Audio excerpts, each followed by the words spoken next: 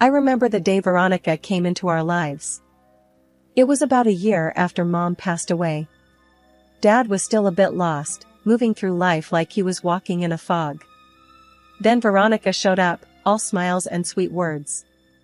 Dad thought she was a blessing. I wasn't so sure. "Hey, Pumpkin," Dad said one evening, his voice a mix of excitement and nerves. "I want you to meet someone special. This is Veronica." I looked up from my coloring book, eyeing the tall woman standing beside him.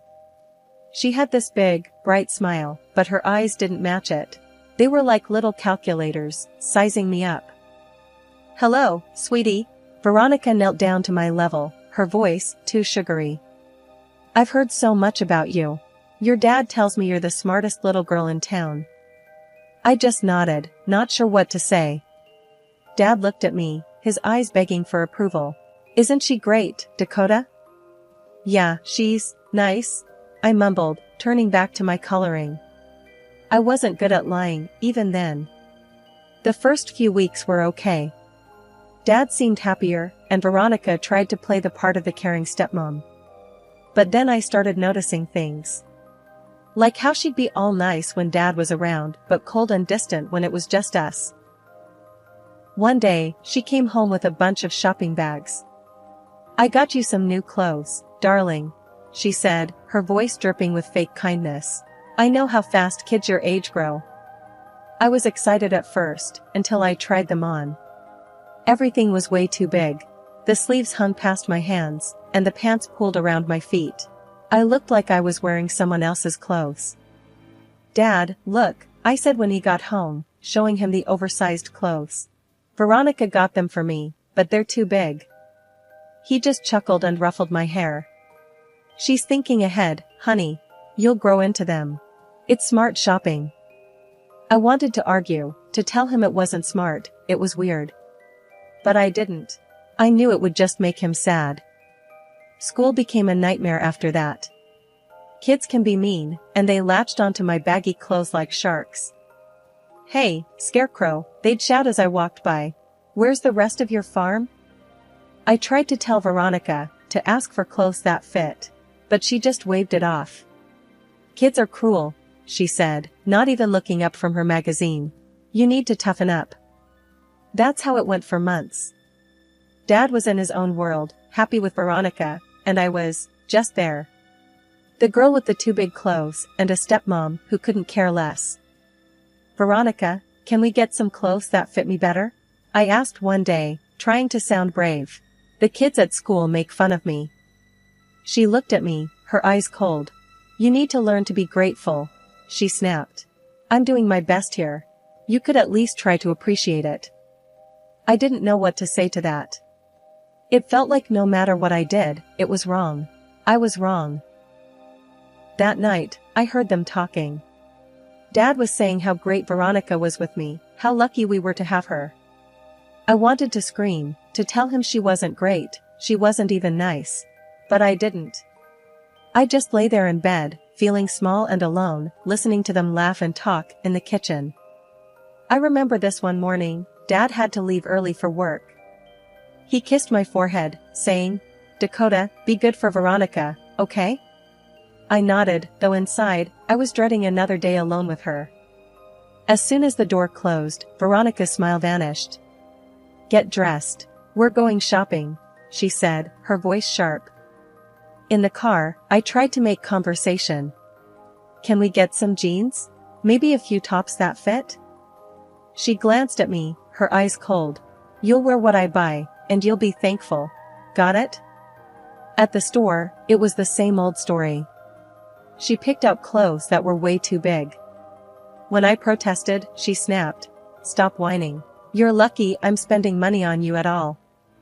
Back at home, I tried to alter the clothes to fit better. Veronica caught me and lost it. "What do you think you're doing? Ruining perfectly good clothes." "I'm just trying to make them fit," I mumbled. "You're ungrateful. Do you know how many kids would kill to have a stepmom like me?" I wanted to say, "Not many, I bet." But I kept quiet. Arguing with Veronica was like talking to a brick wall. A few weeks later, she joined the school parent council. It was her new stage, and she played her part perfectly. I overheard her talking to other parents at a school event, her voice dripping with fake concern. "It's so hard, raising someone else's child," she sighed. "But I just love her like my own." The other parents ate it up. "You're such a saint," one of them said. "Taking on such a big responsibility." I felt sick listening to her. At home, it was a different story. If I left a cup on the table or forgot to make my bed, she'd go off. "Look at this mess. Your mother would be ashamed." One night, I tried to talk to Dad about it. "Veronica's different when you're not around," I said, hoping he'd listen. He shook his head, a tired look on his face. "She's doing her best, honey. You need to give her a chance." "But Dad." "No buts. She's your stepmom now. You need to respect her." It was like talking to a statue. Dad wouldn't hear a word against Veronica. I felt so alone, like I was trapped in a nightmare and couldn't wake up. Life with Veronica was like walking on eggshells, never knowing when she'd snap. I was counting down the days until I could leave for college and start my own life. But then, everything changed again. It was a Tuesday morning, just like any other. Dad was rushing around, getting ready for work, and I was trying to avoid Veronica's morning mood. Suddenly, Dad clutched his chest, his face twisted in pain. "Dad!" I screamed, rushing to him. Veronica came running in, her usual mask of concern back in place. "What's happening?" "I don't know, he's in pain." I was panicking, tears streaming down my face. Veronica was on the phone in seconds, calling for an ambulance. But it was too late. Dad was gone before they even got there. The next few days were a blur. Relatives I hadn't seen in years came pouring in, offering their condolences. Veronica was the grieving widow, perfectly playing her part. She'd cry on cue, telling everyone how much she loved Dad, how she didn't know how she'd manage without him. At the funeral, she gave a eulogy that would have won an Oscar. "He was the love of my life," she sobbed into the microphone. "And I will miss him every day." I stood there, numb, watching this performance. I wanted to shout, to tell everyone it was all an act. But I couldn't. I just stood there, feeling more alone than ever. After the funeral, once everyone had left, Veronica's mask slipped. We were alone in the house, just the two of us. She turned to me, her eyes cold and hard. "Now that your father's gone, things are going to change around here," she said, her voice low and menacing. "You're going to learn to respect me." I was still in shock from Dad's death, and her words felt like a slap in the face. "What are you talking about?" I managed to say, my voice barely above a whisper. "Don't play dumb with me, Dakota," she hissed. "Your father's not here to protect you anymore. And I'm not going to put up with your attitude." I couldn't believe what I was hearing. My father had just died, and all she could think about was herself. "You're unbelievable," I said, my voice shaking with anger. "He was your husband. How can you be so cold?" She laughed, a harsh, bitter sound. "Oh, please. Your father was a means to an end, nothing more. And now that he's gone, I'm in charge. You'd do well to remember that." I stared at her, feeling a mix of rage and despair. She was right about one thing, Dad wasn't here to protect me anymore. I was on my own with this woman who saw me as nothing but a nuisance. Life with Veronica after Dad's death was unbearable. She turned the house into a prison, and I was the unwilling inmate. I knew I had to get out, but I didn't know how. That's when Aunt Lucy stepped in. One evening, Aunt Lucy came over. She was Dad's younger sister, a feisty woman with a no-nonsense attitude. She had heard about Dad's passing and came to see how I was doing. But when she saw the way Veronica treated me, she was furious. "This is no way to treat a child, Veronica," Aunt Lucy said, her voice stern and unwavering. Veronica just rolled her eyes. "She's not a child anymore, Lucy. She needs to learn discipline." Aunt Lucy wasn't having any of it. "Discipline? Is that what you call this? She's practically a prisoner in her own home." I remember sitting there, watching them argue, feeling a glimmer of hope for the first time in months. Aunt Lucy was taking my side, something no one else had done since Dad died. "Listen, Veronica, I'm not going to stand by and watch you treat her like this," Aunt Lucy continued. "She's coming with me." Veronica laughed, a cold, cruel sound. "And what makes you think you have any say in this?" "I'm her guardian now." Aunt Lucy's eyes narrowed. "We'll see about that. I'm not going to let you ruin her life." That night, Aunt Lucy took me to her place. It was a small, cozy house, nothing like the cold, imposing one I'd been living in with Veronica. For the first time in what felt like forever, I felt safe. "You're going to stay with me from now on," Aunt Lucy said, sitting me down at her kitchen table. "I've spoken to a lawyer. We're going to fight for your custody." I was overwhelmed. "But Veronica said she's my guardian." Aunt Lucy shook her head. "She may be your guardian for now, but that doesn't mean it's permanent. We're going to fight this, and we're going to win." The legal battle was tough. Veronica fought tooth and nail to keep me, not because she cared, but because she wanted control. But Aunt Lucy was a fighter, and she had a good lawyer. After months of back and forth, the court finally awarded custody to Aunt Lucy. Moving in with Aunt Lucy was like stepping into a new world. She was kind and caring, the complete opposite of Veronica. She encouraged me to pursue my interests and supported me in everything I did. "Life's too short to be miserable," she'd say. "You've got to find what makes you happy and go for it." I took her advice to heart. I started doing better in school, made new friends, and began to feel like a normal teenager again. Aunt Lucy was more than just a guardian, she was a mentor, a friend, a beacon of light in the darkness that had been my life. Living with Aunt Lucy gave me the stability and love I needed to heal from the years of neglect and emotional abuse I'd suffered under Veronica. For the first time, I started looking forward to the future, dreaming about what I could become. It was the beginning of a new chapter, a new life, and I was determined to make the most of it. Years had passed since I last saw Veronica. I was now working at a reputable firm, forging my own path. The past seemed like a distant memory until one ordinary day, my phone rang, displaying an unknown number.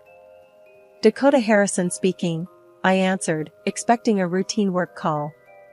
The voice on the other end was unfamiliar, clinical.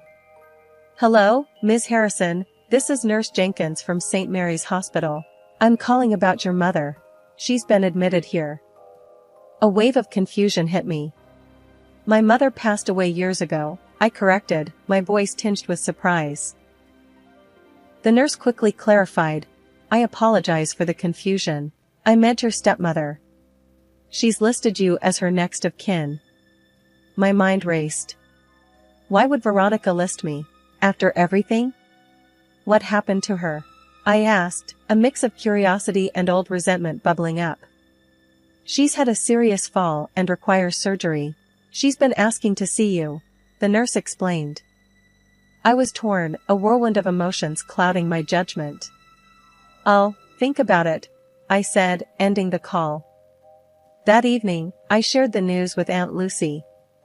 Her reaction was a mix of concern and disbelief. Why would she ask for you after all this time, and after all she did? "I don't know," I replied, feeling a turmoil of emotions. Part of me wants to see if she's changed. But another part of me remembers the pain she caused. Aunt Lucy gave me a reassuring look. "You don't owe her anything, Dakota. Remember that." The next day, driven by a strange sense of closure, I found myself at the hospital. Walking into Veronica's room felt like stepping into a forgotten world. She looked frail, a shadow of the formidable figure she once was. Her eyes brightened when she saw me. "Dakota, my dear, you came." Veronica's voice was weak, but laced with the same old theatricality. "I'm here because I was curious," I stated plainly, maintaining a distance. "Dakota, I know I wasn't the best to you, but deep down, I've always loved you," she said, her voice quivering. I looked at her skeptically. The years hadn't softened my memories. "Loved me? You have a strange way of showing it." Veronica reached out, her hand trembling. I made mistakes, but I am alone now. I need help, and you're all I have left. Her words, meant to tug at heartstrings, left me cold. You're alone because of the choices you made, Veronica, not because of circumstances. She persisted, her eyes pleading. Please, Dakota, I have nobody else. I do love you, you have to believe me. I studied her for a long moment. The woman who had tormented my childhood was now lying here, claiming love. It was hard to digest. I'll hear what you have to say, I finally said, not committing to anything but curious enough to stay. But don't expect me to forget the past so easily. Sitting across from Veronica in the stark, sterile hospital room, I could hardly reconcile this frail figure with the woman who had once so masterfully controlled our household. Yet, as she began to speak, the familiar undertones of manipulation in her voice were unmistakable, reminding me that some things never truly change. Dakota, she started, her voice quavering, I've made a mess of things since your father passed. The inheritance, it's all gone. Her admission didn't surprise me. Gone? How? I asked, though a part of me didn't want to hear the sordid details. I wasn't wise with the money, she confessed, avoiding my gaze.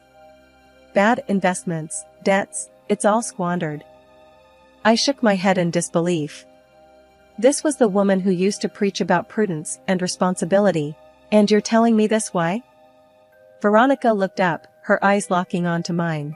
The doctors say I need surgery, but I can't afford it. I have no insurance left. So, what do you expect me to do about it?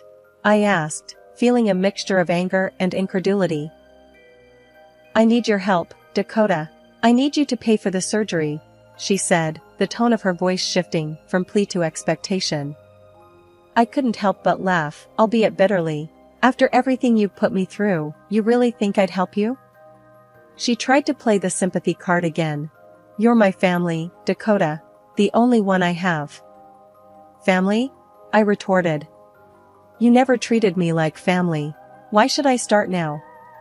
Her demeanor changed then, the mask of the frail, sick woman slipping. You owe me, Dakota.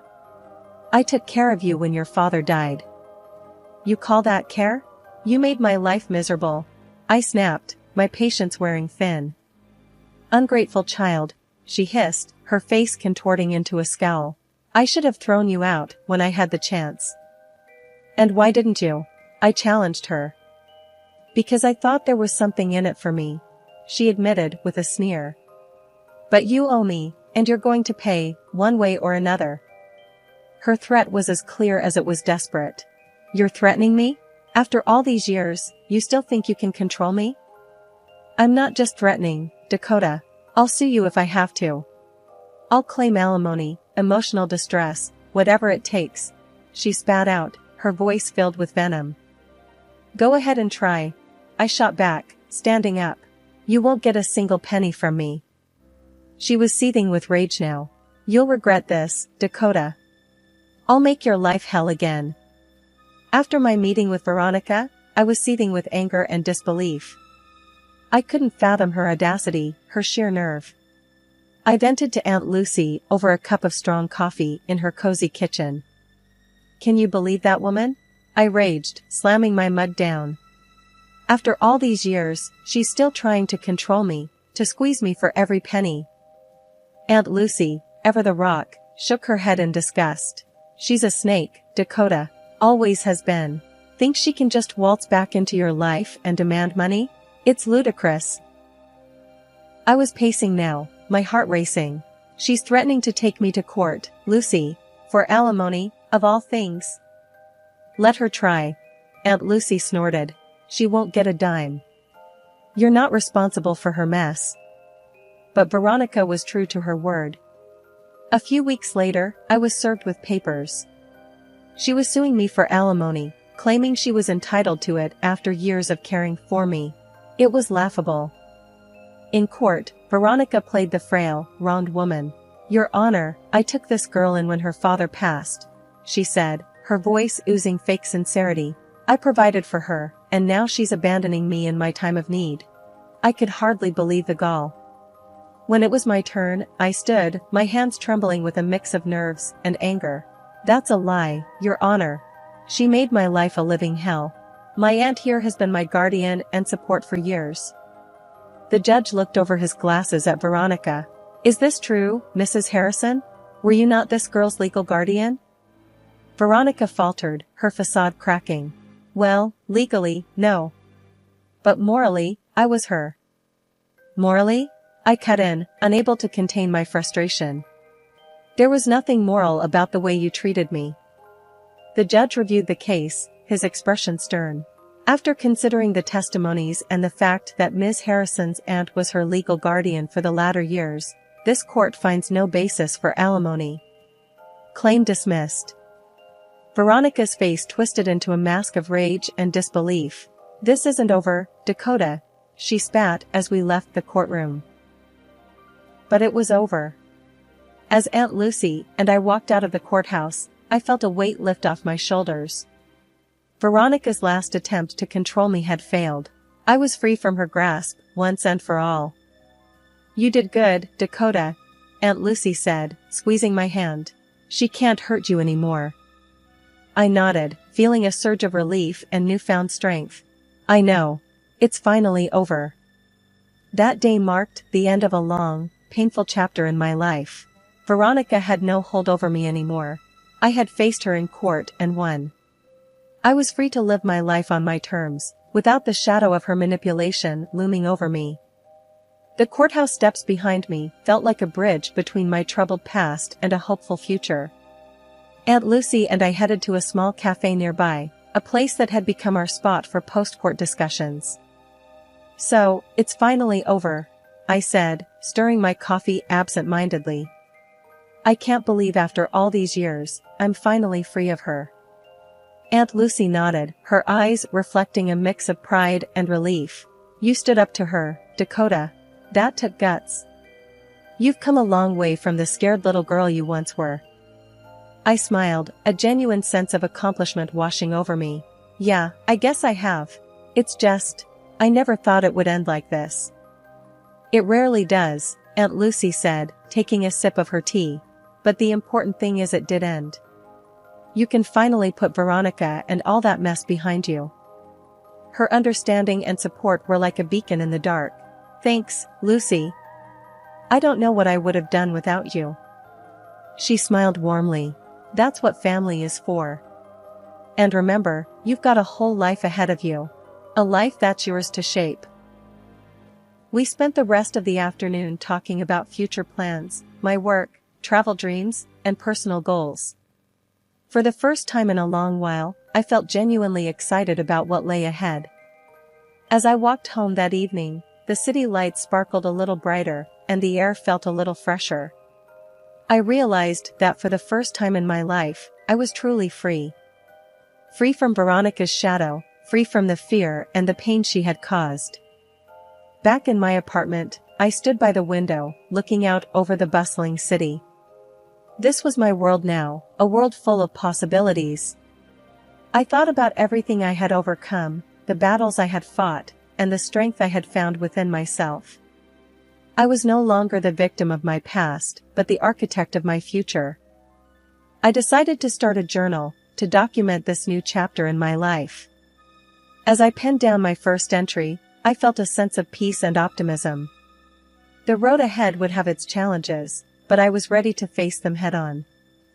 Here's to new beginnings, I whispered to myself, closing the journal with a sense of finality.